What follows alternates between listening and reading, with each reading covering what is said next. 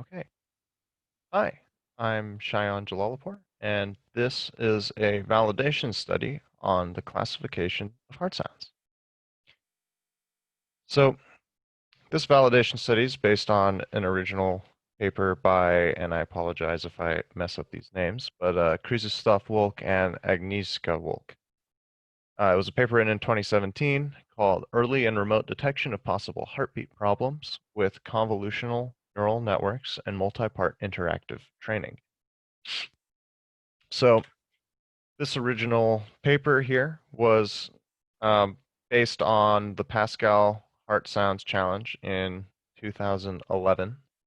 And the idea behind it is that uh, you would want to train a network, a neural network, to be able to classify audio of people's hearts or their heartbeats, and to be able to detect potential cardio problems, cardiovascular diseases, um, before it would become an issue for a patient and maybe give them an early warning to go get it checked on before it becomes a big problem. And that was kind of the big motivation behind the Heart Sounds Challenge, is just to be able to detect these soon and do something to push people to get help before it becomes an issue. And so the Pascal Heart Sounds Challenge published a whole bunch of data that were just recordings of people's hearts, and the goal was just to be able to classify them. And so my goal, right, is to verify that research and to kind of check how viable the algorithm is solving these problems and, give it kind of like a proof of concept, right? And so just kind of see how the results line up and whether it's like a viable solution. So heart sounds in general and those published, right? They're classified as different kinds of heart sounds and, what problems or whether they're normal. And so, uh, for the purpose of this whole process, we can consider these heart sounds as based on these lub-dub sound pairs. And this is kind of how we would think of it outside of the neural network scope. So like, um, and obviously this is kind of loosely speaking, I'm not a medical professional, but the lub-dub sound pairs are used to describe just the beating of the heart. So when you hear the thump thump thump thump, or in this case lub-dub lub-dub lub-dub, it'd be the first and the second kind of thumping, and then a pause, and then another kind of pair of thumping, and we call them lub-dub sound pairs. And so we can actually describe the classifications using these. So the first kind of classification for a heart sound would be a murmur. And this is when we have whooshing, roaring, rumbling, kind of that kind of sound noise that happens either during the lub dub, so like a turbulent fluid that you might be able to hear moving around when the lub dub is happening, or anything like that that happens during the pause that shouldn't be there. The next one is extrasystolic arrhythmia. It is when there's an extra lub or dub at any point that breaks the rhythm, right? It should be lub dub, lub dub, lub dub, right? And when it becomes lub dub dub or lub lub dub or something like that, right? Anything that kind of breaks that paired rhythm that your heart is supposed to have. That'd be extrasystolic arrhythmia. And then there's tachyarrhythmia, which is essentially just a abnormally fast heart rate. 100 beats per minute or more. And so that's sort of your resting heart rate should be far lower than that. Um, and this is just lub dubs happening at a significantly faster pace. And then the last classification is artifact. And so that's kind of a blanket or umbrella classification used for things that we can't really tell, right? So stuff with too much street noise or any street noise really, because we don't want to classify things that are like the honking of cars. And because, right, not all the data has been collected strictly inside of a doctor's office, um, it's bound to happen. Maybe the mic got ruffled around a bunch, created a bunch of noise that way, and we just classify all these as artifact when we don't know what else to do with them. And so, right, the data itself is all in the form of a WAV file, and it's been collected with either a digital stethoscope or smartphone microphone. And so this was like either get the person to submit their recording using a smartphone or just having them agree to sharing data inside of a doctor's office. So here are kind of the numbers for the original Pascal published data, and that's on the left. And the authors of the paper actually ended up changing the data a bit. And so it was, determined by them that many of these classifications were incorrect. And kind of working with a team of doctors, they graciously reclassified all the data. They went through and they hand labeled everything another time to maybe hopefully provide a more accurate representation of audio and the classifications. And so here we can see that a significant portion of set B was removed. It's dropped from 507 to 367. It's already a pretty limited data set, but it was shown, they chose the quality over the numbers. And hopefully the 367 that remains is of higher quality than the 507 that was originally there. And we can see that tachyarrhythmia, which is the fast heartbeats, is a new class that was added. And we can see an increase in the extrasystolic arrhythmia cases as well. And so it's kind of more evenly distributed across more of the cases. And it seems that they had chosen to reclassify all of the extrasystolic arrhythmia cases in set A and put them either as normal murmur or artifact. And this is kind of the reclassification of the doctors who helped relabel these. So something could be said that, maybe these are more or less accurate, right? But for the purpose of this research, we can assume that at least the reclassifications are slightly more accurate, double checked, so to speak. So kind of getting into what's going on here, we have two sort of steps, right? First, we pre-process our WAV files, and then we feed them into the neural network. And so before we get into what the neural network is doing, we kind of want to talk about what's going on with these WAV files. And so, right, first thing we do is we want to load the audio clip. And then for every single clip, we're going to downsample. So basically just reduce the sampling, take some of those data points out, right? Essentially simplify the WAV file signals, and then cut it at 9 seconds. So we're kind of using 9 seconds here as a like a normalized starting point. So if it was shorter than 9 seconds, we want to repeat it to 9 seconds. And if it's longer than 9 seconds, we can just chop it off right there. And so then we want to compute a new downsampled frame rate given the length 9 seconds and the new reduced number of samples across that audio clip.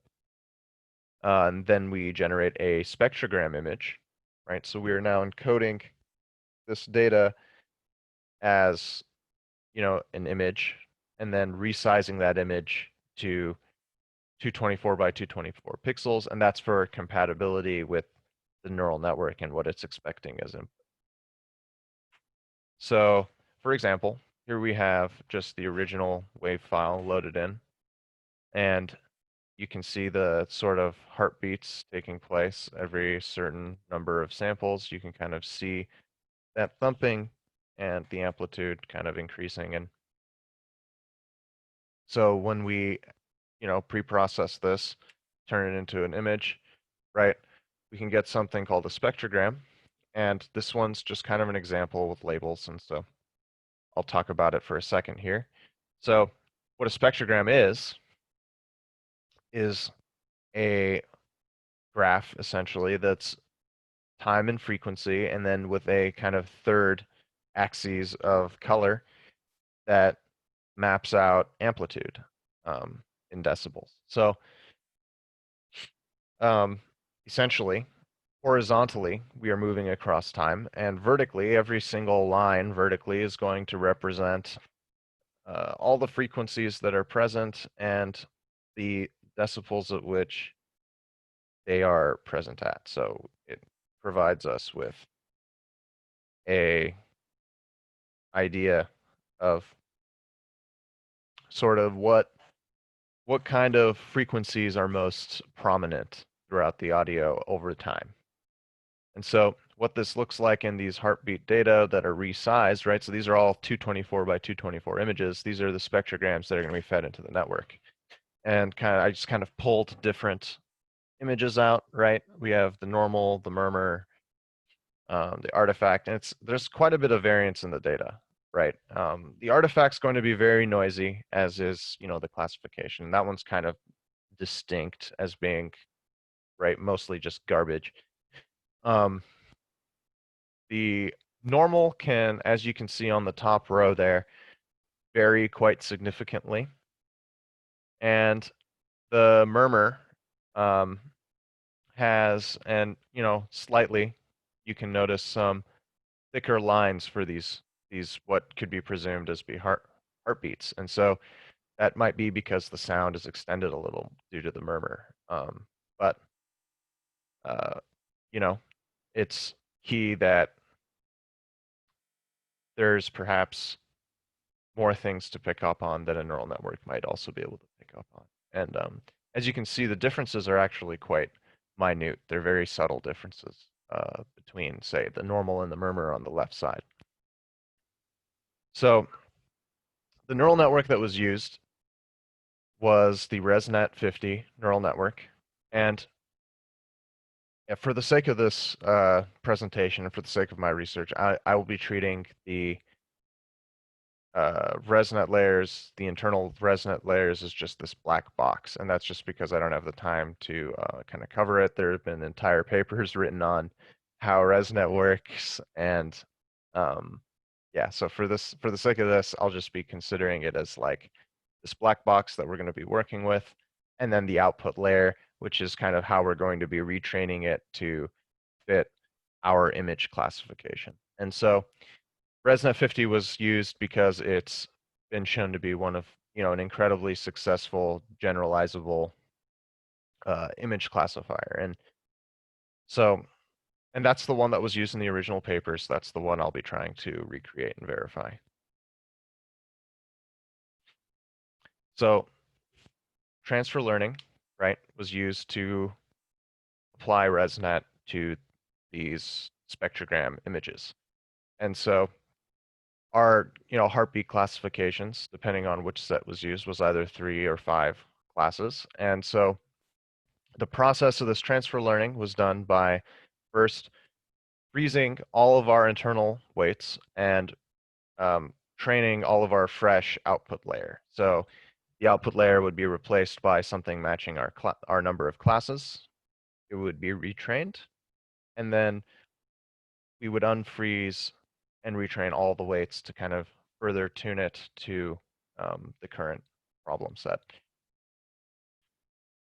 And so in addition to that, SGDR was used, which is stochastic gradient descent with restart.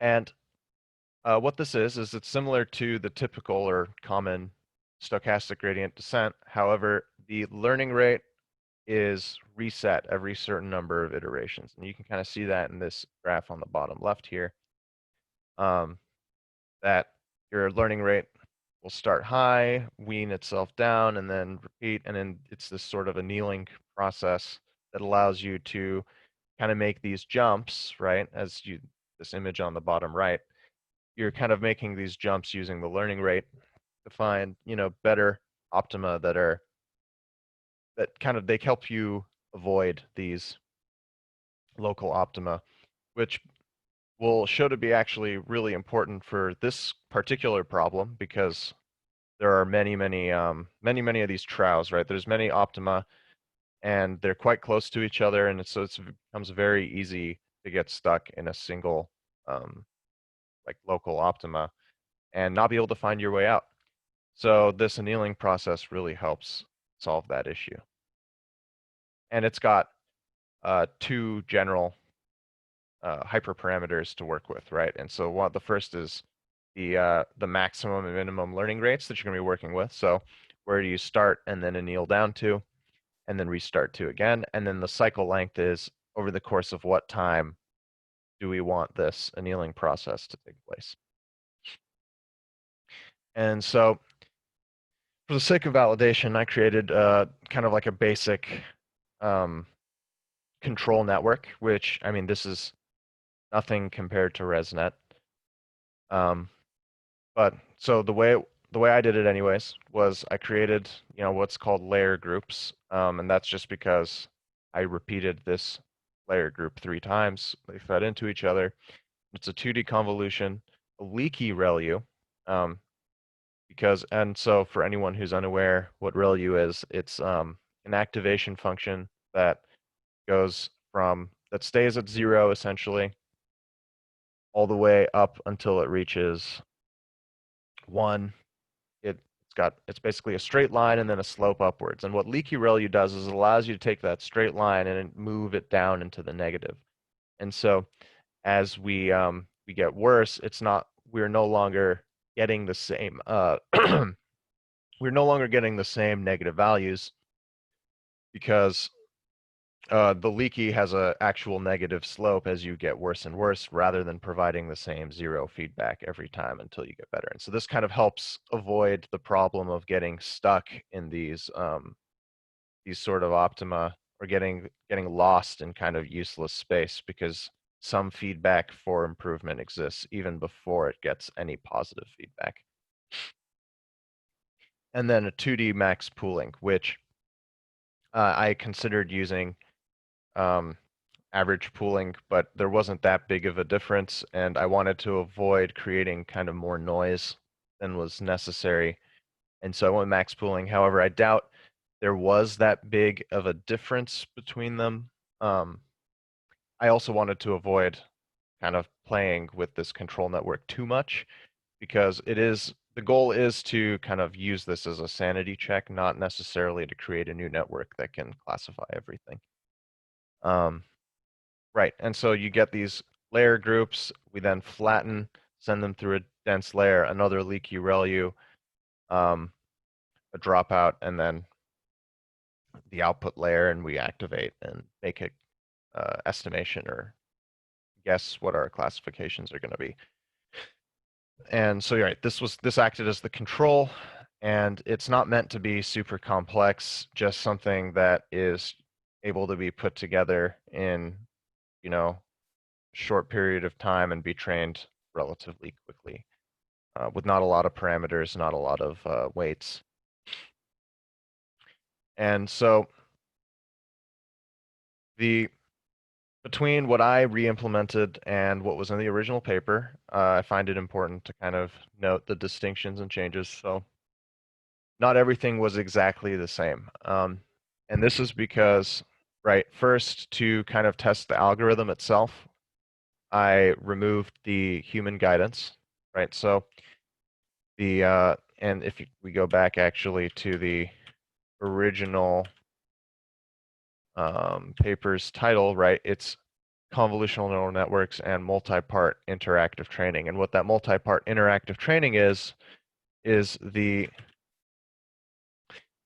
stopping during training and then kind of adjusting your parameters so that you can better explore your optima. And so this doesn't necessarily scale super well. And so kind of to see if the core algorithm itself, without that human guidance, is actually capable of doing any learning, is kind of, in my opinion at least, key to figuring out if this is a viable solution as we scale upwards into things that have millions of iterations. And maybe you wouldn't be able to do this, right? You'd have to have someone sit down and guide it over a million iterations, and that's a little bit crazy.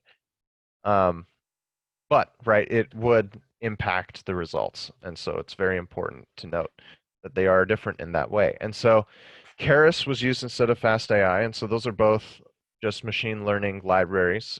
They should be functionally the same, but I did find that, might as well note that that is not exactly identical, although they should be functionally identical. And then there were some hyperparameters that weren't entirely clear. The SGDR cycle length was not 100% clear. The learning rate range was provided. However, I'm unsure how the human guidance could have affected it. And same for the output layer activations. They're just treated as being like, quote activations, right? And so not exactly clear there either, but nonetheless, I tried to compensate as much as I could for that, and um, we'll get to the results in a second, actually, and we'll see kind of how these distinctions might have affected the results. So here are the results, right? And so the original claimed a 93% accuracy for set A and a 60% accuracy for set B. And so this reimplementation had a 77% accuracy and 39% respectively. And then a control at 23% and 6%. So basically, what this shows us is that kind of these networks are actually a significant improvement upon the control. So the control was basically incapable of really learning anything. It was kind of guessing at it the whole time, maybe even worse than guessing at it the whole time. And so the reimplementation, given those distinctions, we can see that it was still capable of learning, right? But maybe not to the level of accuracy of the original. And I think a big part of that is actually that human guidance, the ability to kind of fine tune, because what was kind of apparent working with this data is that the solution is very volatile. You could quickly go from 100 to 0, right?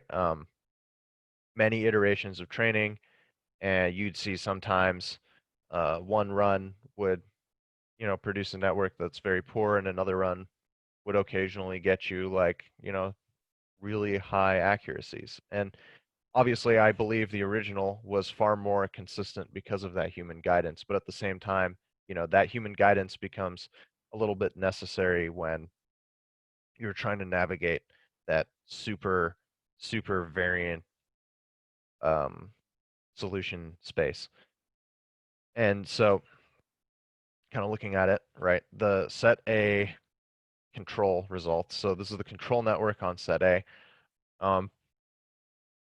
We can see the accuracy, going up and the loss plummeting to 0. But at the end, when in our confusion matrix on the bottom right there, it's kind of arbitrary, right? There's guesses all over the place. One of the labels is never correct. And, it could be safely assumed that it was basically guessing the whole time. And so, nothing really there. And so when the reimplementation was used, that's GDR on set A, you can see that the confusion matrix is looking a little more comfortable. The diagonals more appealing than in our previous image here, right? There's less kind of edge cases. And so it looks a little weird, right? Because we can see our testing accuracy wavering a whole bunch. And this is actually because of the SGDR. And it's because as soon as it's finding kind of a spot that it is comfortable with, it's getting reset, it's jumping. And so it's why we see such varying accuracies through training, but then in validation, it's capable of kind of learning, or it's capable of doing the right thing, and that's because using SGDR, we've kind of saved those optimal weights that we found through our annealing process and then applied them again during validation. And so here's the control in step B, and you can see that it just quickly decides to guess one item, call it a day. And it's prone to this simply because the data is so complex. And the only thing that it's able to kind of learn algorithmically is that, well, you know, one label seems to happen more often, so I'll just pick that all the time. And it's just, there's not enough complexity to match the complexity of the data to actually grasp the patterns that are occurring and to be able to classify differences. And so in step B, similar problem's still there, right? We're only classifying 2 labels. And that's, you know, an issue, but it is a significant improvement on the first one. We can see that it's actually making attempts on 4 of the 5 labels. And it's, you know, it's improving accuracy throughout. And so again, kind of the wavering of that accuracy throughout the training we can see is due to that SGDR. It's finding something nice, like you can see here. It looks like about epoch 12, or you know, something like that, and then it's plummeting again because it's being annealed into some other part of the solution space. But when that's applied again in validation, we can see that it actually performed, you know, not amazing, but significantly better than the control. And so overall, right, given what we have, there were significant limitations to the study, to both the original paper and my recreation of it. So the first is the data. If there were thousands, tens of thousands, hundreds of thousands of audio files, then you know this could be the results could be significantly different. So we're working with very, very limited data. I myself, and I have no idea about the original paper, but I myself was working with very limited compute power and time, which obviously limits the number of training iterations, or you know, kind of how long it takes, and quite literally how long I have to do this work, and that, you know, puts a limit on that. And the other was that the results were highly variable, and I think this is kind of a big key part of this research altogether, and that's with variable results with as high as they were. So like maybe I would run once, get 0, run another time, get 80. It's hard. It makes the verification hard in and of itself. So multiple iterations had to be done to make sure that I wasn't just getting very lucky or very unlucky. But also it shows kind of that the difference in accuracy might actually be very heavily weighted on that human interaction. And then the other thing was, and I'm relatively certain that this wasn't dealt with in the original paper either, and it's that artificially lengthening the audio clips could actually cause a slight artifact when the lengthening process, you know, puts audio on the end, because where the copy gets kind of taped with onto the end of the short clip, there might be an artifact that could, or could, maybe it doesn't, maybe it does, affect the way the classification sees that audio, right? It could sound like an extra heartbeat. It could sound like something else. And that's kind of a part of the lengthening process that might not have been 100% correct. However, it wasn't compensated for in the original paper, so it shouldn't affect my results significantly different from the original, right? So it's still, while a point for improvement moving forward, is a flaw that's consistent across both the validation and the original. And so finally, right, what does all this mean? I found it to be a pretty nice proof of concept, right? Our accuracies were still, while worse, they still showed signs of improvement. They still showed signs of finding these patterns algorithmically. And what that also means is that while this obviously performed worse than with human interactive training, it was still capable of learning without human interactive training. And I think that's key. Even within the very variable solution space, we see that the algorithm is still able to generalize. It's still able to see patterns without human guidance the whole way. And this all acts sort of as a proof of concept, right? It shows that, with improvement, with significantly more data, for example, with some of these limitations being dealt with, that this is very much a viable solution to the problem at hand, right? To actually be able to classify these heart sounds. Thank you.